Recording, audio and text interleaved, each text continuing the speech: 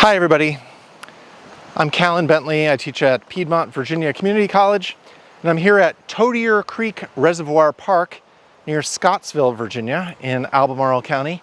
And the reservoir itself is just up here.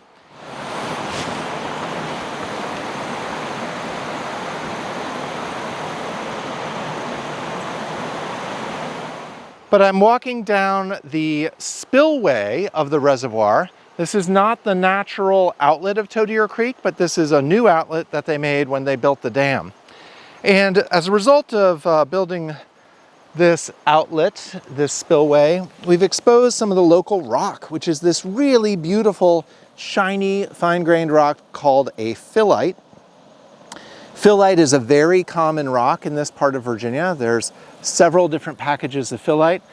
In fact, if you look at the geologic map of Virginia for just near here, you'll see the Candler Formation, which is a phyllite, possibly correlative with the Harper's Formation of the Western Blue Ridge. This one here doesn't have a specific name on the geologic map, but you know, despite it not having a name, I think we can figure out a little bit about its geologic history. So the protolith of phyllite is slate, and immediately previous to that, it would be a shale, all right? So a mud rock originally. Mud accumulates in low energy depositional conditions, and this was probably low energy depositional conditions in the ocean. So out on the continental shelf of the ancestral North American continent. Then the mud got turned to shale, and then that shale got metamorphosed to make phyllite. So during the process of metamorphism, the rock was subjected to high temperatures and pressures, and as a result of that, it started to grow nice, shiny mica crystals. The micas here are not quite big enough to see with the naked eye. There are a couple different grain sizes we see in the phyllite, the sort of super fine one like you see here, where you can't make out the individual grains, and then a slightly coarser one like you see here on the right, where the grains have gotten a little bit bigger. Perhaps reflecting different levels of fluid in these different layers of the original mud rock. Show the shininess, Professor. Yeah. Deforming the foliation here are a series of crisp little folds that you can see expressed in 3 dimensions right here. And these crisp little folds are called kink bands. So basically, the foliation is something that forms when the rocks get squeezed. So the individual little flaky minerals line up perpendicular to the squeezing direction. And when you get kink bands, that indicates that the rock has been compressed not in that same direction, but from a new direction that ends up crinkling the foliation. So the foliation gets folded into these crisp little folds. And these actually are expressed very nicely here. So here's the orientation of the foliation, then here it suddenly goes like this, and then here it flattens out again, and then it goes up and over, and it makes like a series of waves that go across the outcrop. It looks kind of ugly right here because it's rusted and has some biological scuzz growing on it. But periodically here, there's nice fresh areas where we can see lots of shiny phyllite. All right, right here is another nice example of some of these kink bands, these tight folds. And here the perspective is a little bit different. If you come and look down this way, you get sort of a cross-sectional view of them, and you can see how zigzaggy they are going through this highly layered rock.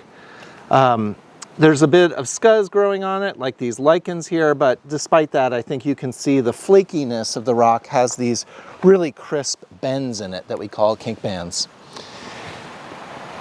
Elsewhere, we see another structure that cuts across the foliation, and that is quartz veins. Let's go take a look at those.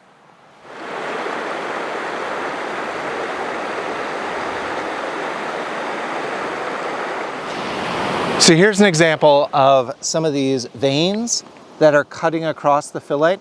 The phyllite here looks a little bit different. It's been oxidized, and so you've got this sort of yellowish, rusty kind of color to it.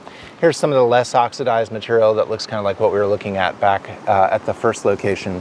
But then these little stripes that you see here, these stripes are fractures in the phyllite that have opened up and then been filled in with a variety of minerals.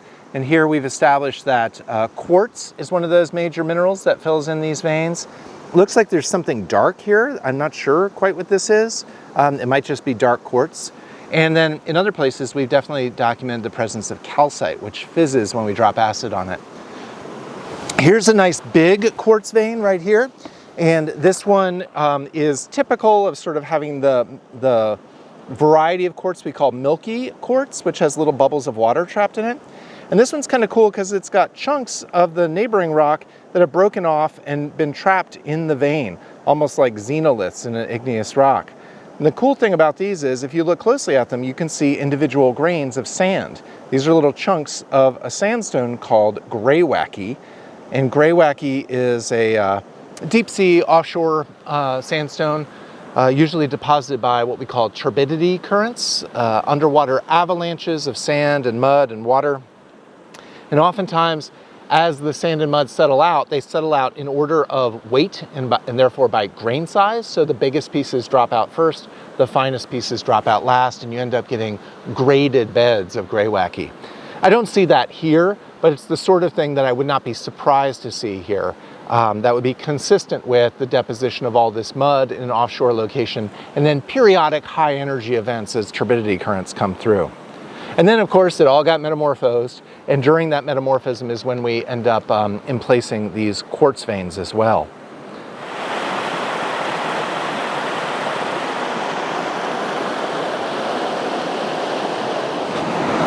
So here's a nice example of some of these kink folds. There's one that kind of goes through like this, where you can see the orientation of the foliation changes. And then there's another one that comes down here. And then there's a bigger one that basically runs along the edge right here. So they kind of cross-cut one another. And then there's also a vein, a fracture surface right here. The vein feels really rough, like I'm touching it right here. There's all these nice sharp little quartz crystals in there. And those are very rough on the fingers, as opposed to the relatively smooth surface of the filite.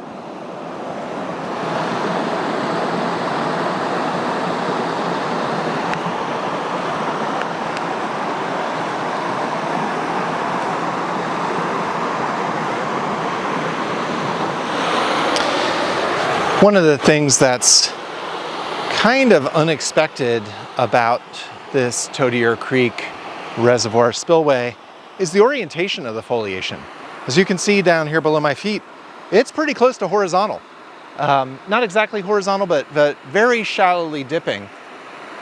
And that's a little confusing because normally we think about tectonic plates moving horizontally and then colliding and squishing material in between.